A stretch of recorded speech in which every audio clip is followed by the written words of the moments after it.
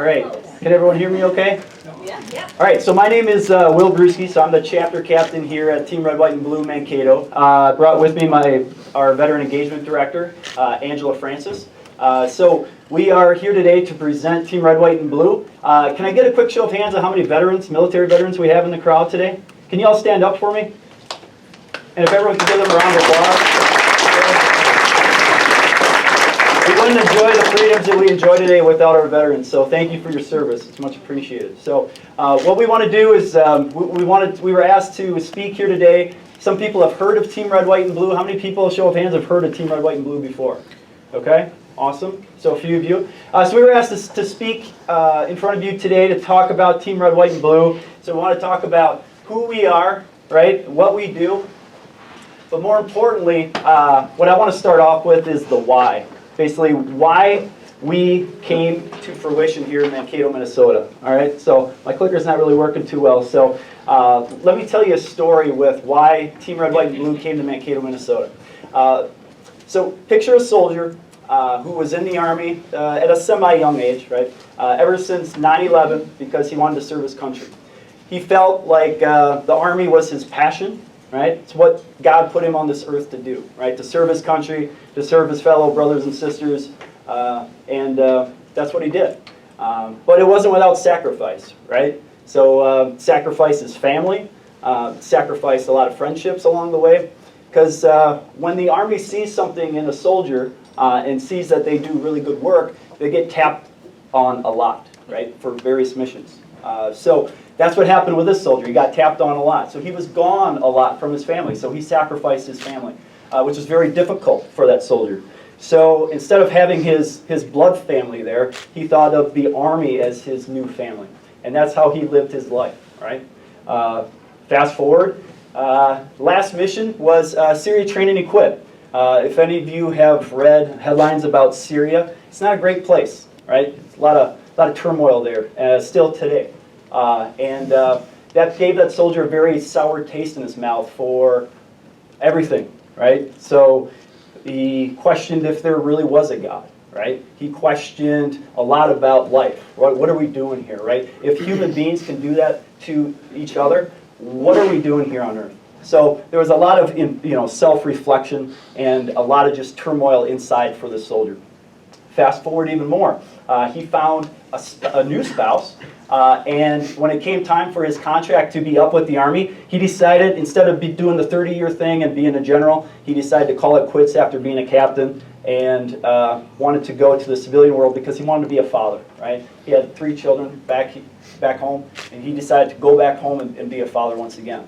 So he got married once again, he bought a big house, and there they were, a nice big family, 5 kids, right, a spouse, everything that this soldier wanted, right? But the problem was that the soldier really didn't take time for himself. He focused on other individuals first and didn't really take the time to deal with the things that he had seen overseas, right? And it wasn't until later down the road where he kind of experienced some added stressors that things started to go sideways for him, right? So alcohol abuse was a significant factor for this soldier, right? Didn't know how to deal with what was going on with his life. Now, being alone for a long time and with the Army family, now the Army family is no longer there. That soldier is missing his sense of purpose, his sense of passion for life, right? So a lot of things were going wrong with the soldier.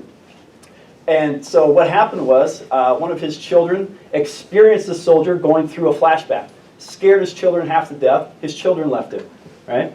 He didn't know how to deal with that, so self-medicated some more. Then his wife left him.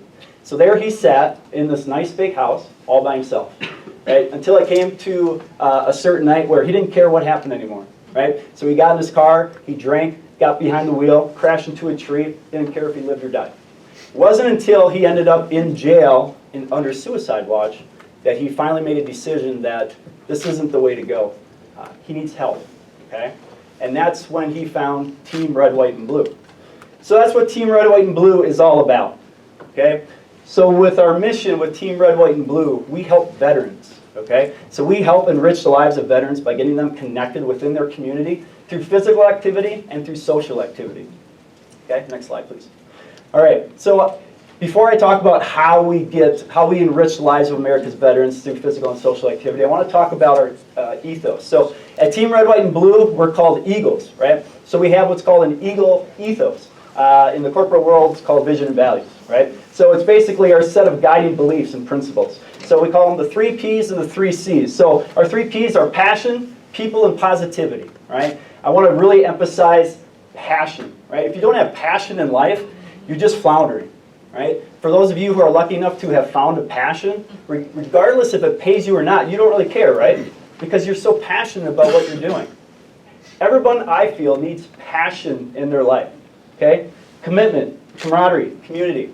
I really want to emphasize camaraderie because for a lot of soldiers, when they leave, they miss that camaraderie. If you haven't been in the military, but you've been in athletics, right, whether it be high school athletics, college athletics, a lot of people will say they miss the locker room, right? They miss the camaraderie with their teammates. That's the same thing for our military folks, right? That story that I told you about this soldier ended up on suicide watch in a jail cell, that was me, right? And it was as recent as a year ago, okay? So I started Team Red, White, and Blue here in Mankato because if it can happen to me, right? Army captain in charge of hundreds of soldiers, right, at one time. I have my master's in business, right? So I'm a fairly smart guy, right? If it can happen to me, it can happen to any one of our veterans, right? So I wanted to not only help myself, but I wanted to help other veterans who were dealing with that same thing here in our Mankato community. Because when I moved here last year, I saw an opportunity for our veterans that I wasn't seeing in other parts of the country, right? I wanted veterans to have a place where they could be involved with the community, be involved with other veterans, because we know that when a soldier feels isolated, they tend to do irrational things, which is what I did. I was doing irrational things because I felt like nobody understood me, nobody understood what I was going through. There was nobody there for me, right? Even though, in hindsight, I had family, right? I had people to go to, but I chose not to. And that's the same thing with our veterans, okay? So with Team Red, White, and Blue, okay? You don't have to take my word for it, but you can take the word for some of our members that are right here in Mankato. So I'll just read this to you real quick. The first testimonial says, since leaving my abusive husband in June, I have been battling depression and suicide, right? So we deal with very real things here with our veterans, right here in Mankato. Team RW&B has given me the strength to get up every day and face life with a new outlook. Team RW&B inspires and motivates me to follow the new path in my life with a positive attitude. I don't feel so alone in my struggles, right? That's the power of Team Red, White, and Blue, right? That's what this is all about. That's why Team Red, White, and Blue came to Mankato, Minnesota, okay? We have Lydia, team member since June of 19. I'm a single mother of 3 boys. I decided at age 36 to perform an about-face. Leave my civilian career and go into the military. This decision was multifactorial. I had done rucking events, and a rucking event is where we wear a backpack with a certain amount of weight in it, and we go hiking and walking. It's a community event. It's also a physical event for us. Physical events are very important to veterans and civilians. Events in the past that had partnered with Team RW&B, I saw the positive outcomes that partnering together with such a team could have on a community. I saw a strength within myself I never knew possible. So that was just amazing that Team RW&B brought this woman out of a shell. Thank you to Team RW&B. Oh, we missed the slides. For pushing me forward on the days where I thought I didn't have it, and for providing me a community to bring out the warrior in all of us. So every one of us has a warrior inside of it, and Team RW&B is here to help you bring your warrior forward. All right, so our strategy.